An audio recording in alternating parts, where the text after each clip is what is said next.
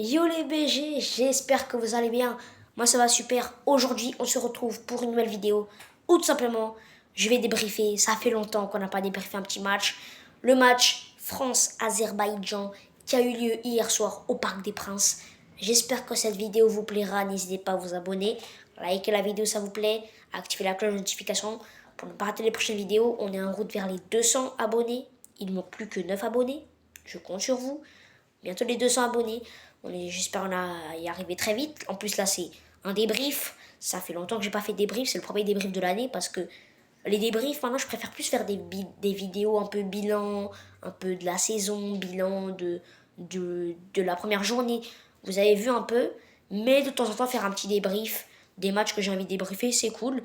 France-Azerbaïdjan, il y avait quand même pas mal de choses à dire. Même si c'était un match sur le papier qui n'était pas très attractif. Voilà. On peut commencer directement déjà avec tous les absents qu'il y avait pour l'équipe de France. Waouh, tous les absents. Il n'y avait pas Warren Zaïre-Emery, il n'y avait pas Aurélien Tchouameni, il n'y avait pas Bradley Barcola qui a déclaré forfait dès qu'il a été sélectionné. Il n'y avait pas Désiré Doué, il n'y avait pas Ousmane Dembélé, il n'y avait pas Ryan Cherki et il n'y avait pas Marcus Thuram. Donc 7 absents, dont 5 attaquants qui n'étaient pas là. Donc c'était une attaque remaniée, c'était une équipe qui restait quand même assez impressionnante sur le papier.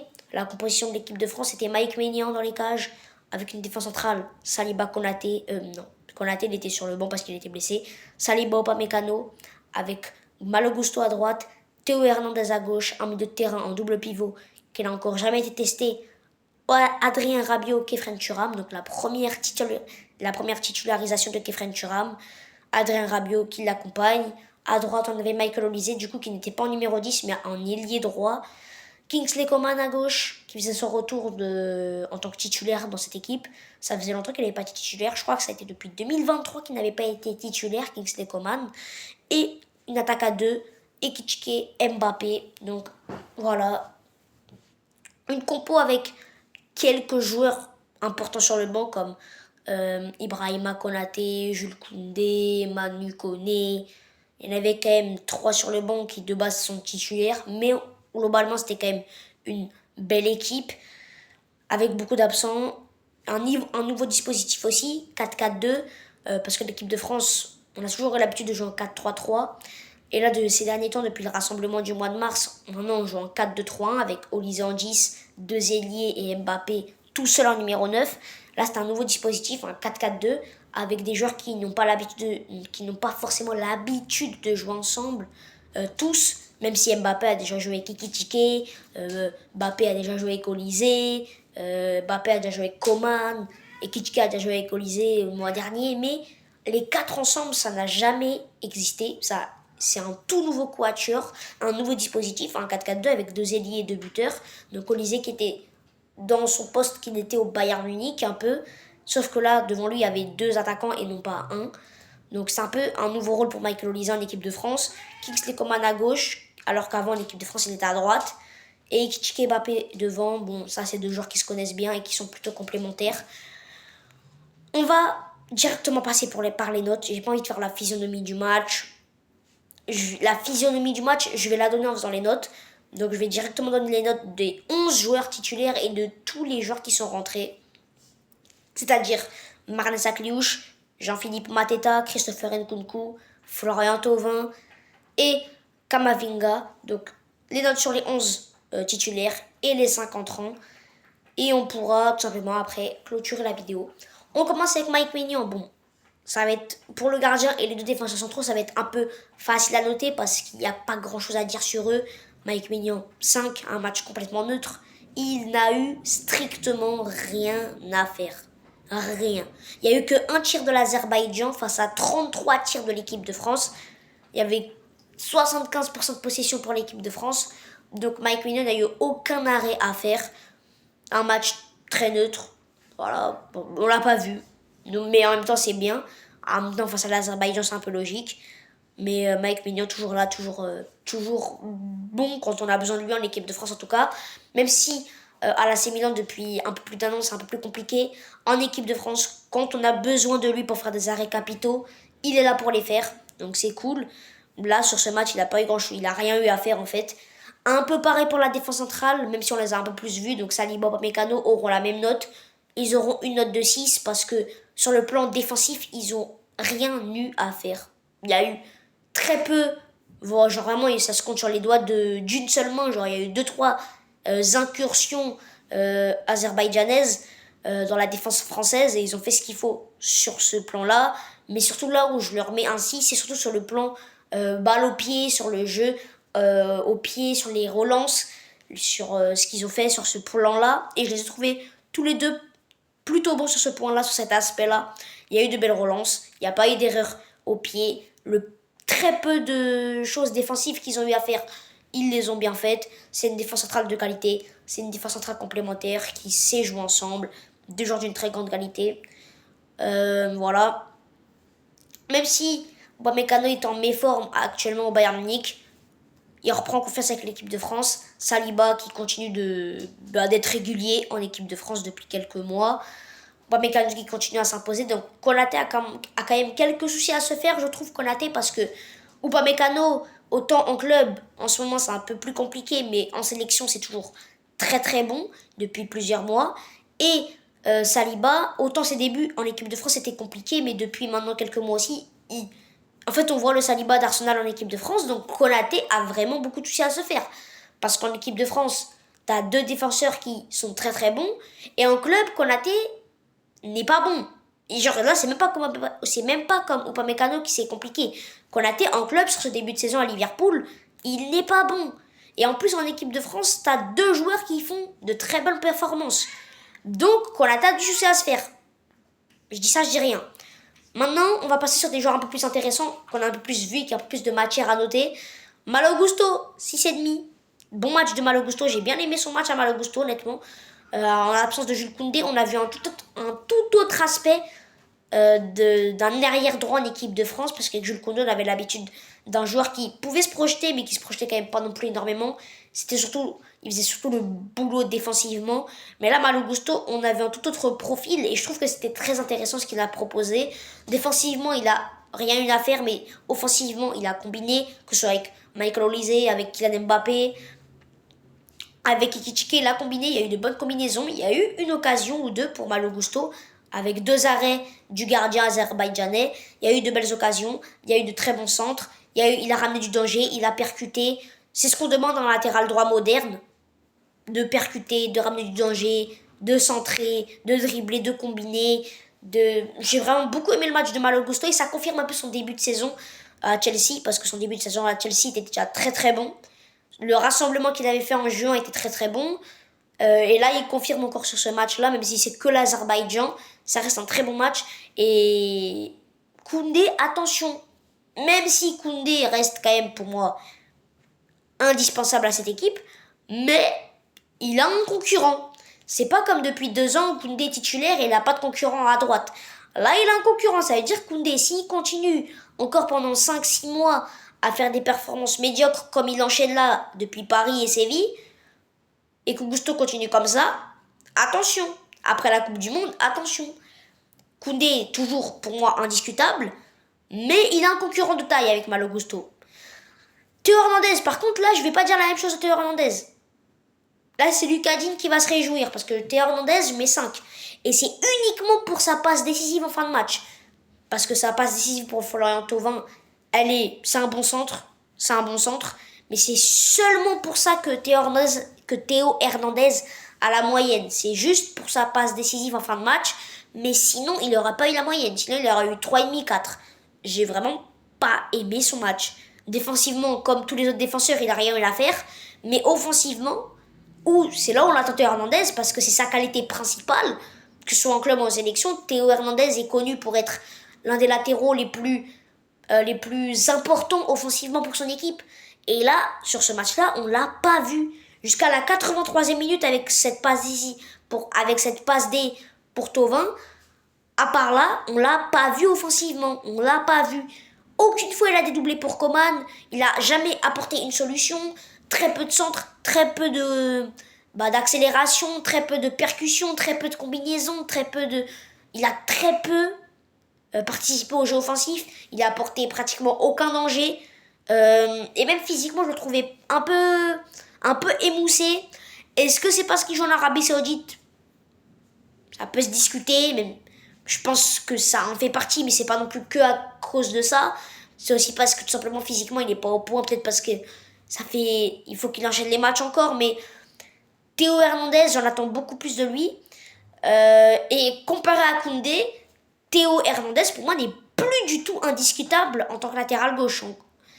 Lucas Digne, vraiment, pour moi, Lucas Digne est est très proche de passer devant Théo Hernandez. Voilà. Parce que si face à l'Azerbaïdjan, Théo Hernandez nous pond des matchs comme ça, alors contre les équipes comme l'Espagne, l'Angleterre, le Brésil, le Portugal, l'Argentine, ça va être une catastrophe. Parce que là, il avait personne en face de lui défensivement. Et offensivement, il n'a rien apporté face à l'Azerbaïdjan.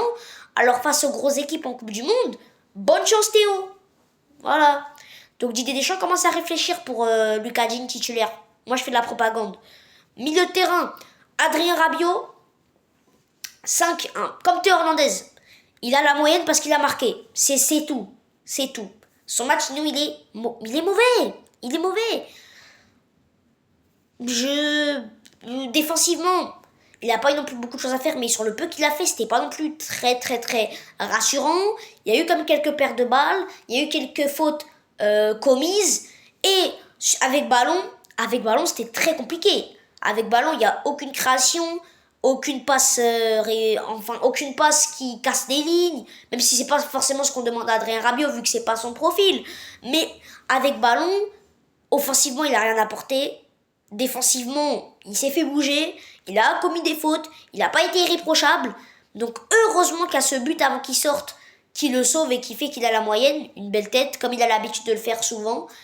Son 7e but en sélection. Mais c'est très insuffisant.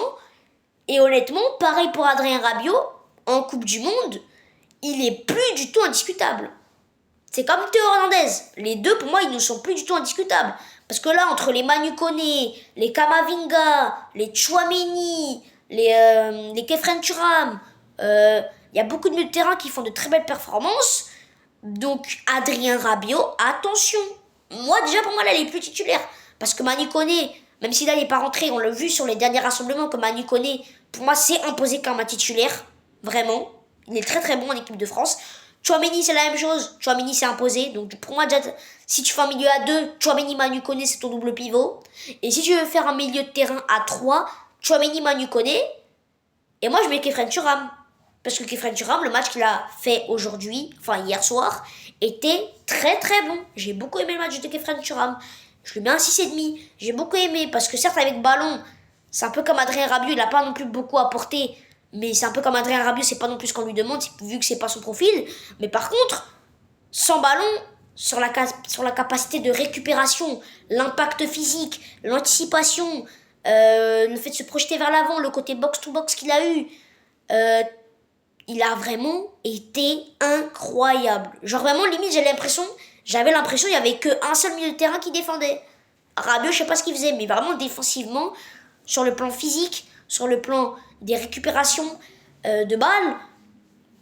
J'ai beaucoup aimé le match de Kefren Turam, honnêtement. Donc Kefren Turam qui s'impose aussi dans la discussion pour les milieux de terrain. Et très bon match. Il a marqué des points, je pense, sur ce match-là. Maintenant, à voir contre des plus grosses adversités. Maintenant, on passe aux deux ailiers. C'est pas très glorieux pour les deux. On va commencer par Michael Olise. Bon, Michael Olise, c'est un 5. C'est pas un mauvais match dans le sens où il n'a pas fait d'erreur, mais beaucoup trop timide, beaucoup trop peu en vue. Et je pense que c'est en partie à cause de son poste, vu qu'en équipe de France, on a vu qu'en équipe de France, depuis que Michael Olise est bon, c'est depuis le rassemblement de mars avec ce match face à la Croatie. Et le poste où Michael Olise est bon en équipe de France, c'est numéro 10. On l'a vu, depuis qu'il est numéro 10, il s'éclate, il est trop fort. Pourquoi le remettre à droite ? Là, tu le remets à droite en équipe de France. Il pond un match timide, très peu en vue, très discret, décevant. C'est un match décevant. Donc, il a voulu tenter un truc en le mettant à droite. Mais en équipe de France, c'est pas son rôle en équipe de France, c'est un numéro 10. Et là, à droite, il a pas fait un bon match, donc ça confirme encore plus cette phrase. Donc Michael Olise, décevant, un peu timide, un peu discret. Kingsley Coman, 4,5. On l'a plus vu que Michael Olise, ça c'est sûr, il a touché beaucoup plus de ballons, il a eu beaucoup plus d'occasions de percuter, de dribbler. Mais waouh, c'est pas le Kingsley Coman que j'ai vu en 2020, en 2021, en 2019, en 2022, même en 2023. C'est pas ce Kingsley Coman que j'ai vu aujourd'hui. Ah, c'était très compliqué. Parce que sur les peu de ballons, enfin non pas peu, sur beaucoup de ballons qu'il a eu, la plupart il les a très mal négociés. Soit il essayait de percuter, soit il essayait de percuter et il n'arrivait pas à passer en vitesse. Soit il n'arrivait plus à dribbler, soit c'est toujours le même dribble, soit le peu de fois il arrive à passer, après il enchaînait avec un centre dégueulasse, soit il revenait en arrière, beaucoup de pertes de balles, beaucoup d'erreurs bêtes, notamment ce contrôle où il veut contrôler, au final il se la prend plein visage, beaucoup d'erreurs bêtes, beaucoup de pertes de balles, très peu de danger à porter, très peu de dribble réussi, très peu d'accélération. Chaque centre raté, pas de but, pas de passe D, pas d'occasion amenée. Le néant. Kingsley Coman, ouf. Ah, il a perdu des points. Je crois que la Coupe du Monde, tu peux dire adieu Kingsley. Hein. Ah là, c'était catastrophique. Hein. Et maintenant, les deux attaquants. Hugo Ekitike, je mettrais un 6. Honnêtement, en première mi-temps, on l'a pas vu. C'est vraiment le syndrome du joueur inutile. On l'a pas vu. En première mi-temps, c'était du 10 contre 11. Et encore, avec Mike Maignan qui jouait pas, c'était du 9 contre 11, très clairement. Par contre, en deuxième mi-temps, j'ai bien aimé. J'ai bien aimé. Il a beaucoup plus participé au jeu, il a touché beaucoup plus de ballons. En pivot, il a été très bon. Il a beaucoup combiné, que ce soit avec Mbappé, Olise ou Gusto, il a beaucoup combiné et c'était très intéressant. Très bon en pivot, pas mal d'occasions, notamment ce poteau. Beaucoup de dribbles réussis, beaucoup d'accélération. J'ai beaucoup mieux aimé la deuxième mi-temps de Hugo Ekitike. J'ai bien aimé, c'est globalement un match encourageant, même s'il n'y a pas de but ni de passe D. Ça reste pour moi un match encourageant.